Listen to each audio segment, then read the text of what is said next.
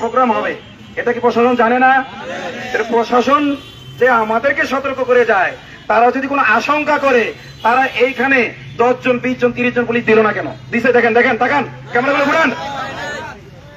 এই যে এখানে কোনো লোক দেওয়া হয়, আমি মনে করি এটা তাদের দুরভিসন্ধি। তারা চাচ্ছে এখানে একটা হট্টগোল ঘটুক।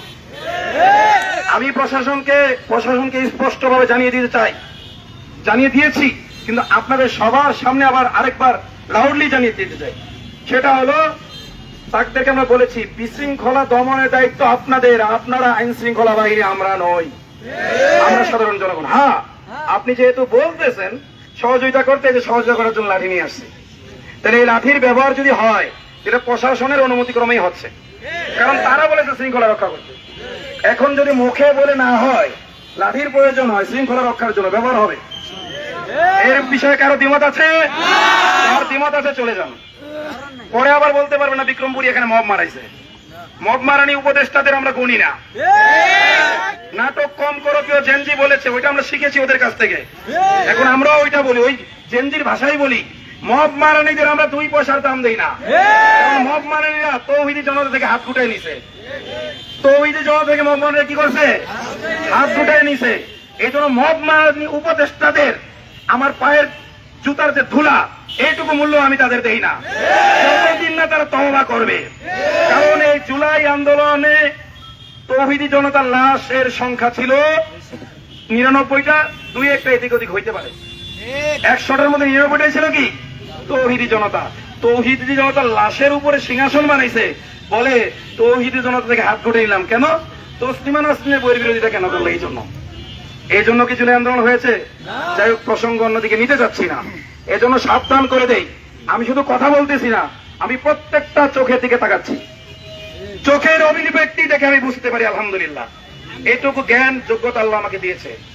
তোমরা আমাকে যত পাগল ছাগলই মনে করো না কেন, সাইকো মনে করোই না কেন, আমার আচরণ খাকি পোশাকধারীদের দেখলেই চেঞ্জ হয়। এর কারণ হলো, আয়না ঘরে গিয়েছিলাম যখন, সব ধরনের খাকি পোশাকধারীদের আসল রূপ আমি দেখে এসেছি।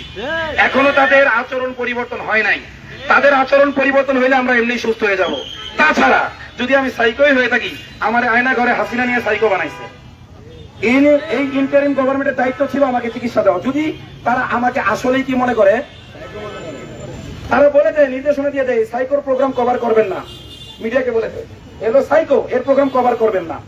আমাকে সাইকো বানিয়েছে খুনি হাসিনা, ফ্যাসিস্ট হাসিনা, আয়না ঘরে রেখে, এবং কারাগারে আমাকে এত বেশি নির্যাতন করা হয়েছে, আয়না ঘরের চেয়ে বেশি। ফাঁসির কন্ডেম সেলে আমাকে বছরের বেশি রাখা হয়েছে।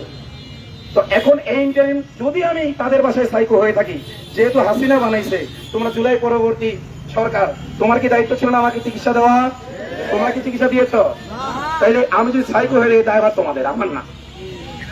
এবার বলি, আমি ছিলাম ময়মনসিংহ এক প্রোগ্রামে, কিশোরগঞ্জে জসিমউদ্দিন রহমানী সাহেবের প্রোগ্রাম ছিল, ওটা শেষ করি ময়মনসিংহ আরেকটা প্রোগ্রাম, ওখানে গিয়েছি মাগরিবের পর প্রোগ্রাম। আসরের একটু আগে দেখছি ফেসবুকে একটা আমাকে বারবার মেনশন দেওয়া হচ্ছে মাওলানা আনিসুর রহমান ভাইয়ের পোস্টে। পরবর্তীতে ওনার সাথে আমার কথা হয়, উনি বলতেছেন, ভাই আমরা এখানে খুব একটা সমস্যার মধ্যে আছি, অনেক জায়গায় দৌড়াদৌড়ি করতেছি, সেরকম সাড়া পাচ্ছি না। নিজেকে আমরা যখন থানায় যাই, থানায় যাওয়ার পরে আমাদেরকে মনে হচ্ছে আমরা এতিম, আর আমরা এতটা দুর্বল হয়ে গেছি, ওনারা আমাদেরকে মানুষে মনে করতেছিল না। লাস্টে আমি চিন্তা করলাম যে এখানে যদি বিক্রমপুরী ভাই আসতো, তাহলে হয়তো আমাদের একটু উপকার হইত। তো উনি যখন আমাকে আসতে আমন্ত্রণ করেন, তখন আমি আমার প্রোগ্রাম ক্যান্সেল করে এসেছি। ওইখানে তিনি ভাইদের আমি বুঝাইছি, এই প্রোগ্রামের উদ্দেশ্যই তো দিনে সৈনিক তৈরি করা। এখন যখন দিনের টাকা আসছে, এখন আমাদের কি করা দরকার, এই মুহূর্তে কি দরকার নাই, প্রোগ্রামটা স্থগিত রাখি, ওখানে যাই। তো তাদের কাছ থেকে বিদায় নিয়ে প্রোগ্রাম না করে আমি ওখান থেকে ব্যাক করেছি। আমি আসলাম। আমি আসার মুহূর্তে ভাইকে আমি একটা পরামর্শ দিয়েছিলাম, এটা আপনার জানা দরকার, এই ধরনের ট্যাপে আপনারাও করবেন। ভাইকে আমি পরামর্শ দিলাম, আমি যখন পোস্ট দেব, পুলিশ কিন্তু দ্রুত তাড়াহুড়া করে একটা মামলা লেখার চেষ্টা করবে।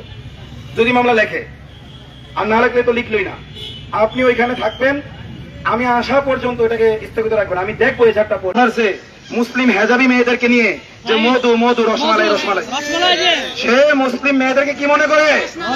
রসমালাই, নাউজুবিল্লাহ। এরপরে আরেকটা ভিডিওতে কিভাবে সে মুসলিম মেয়ে রেপ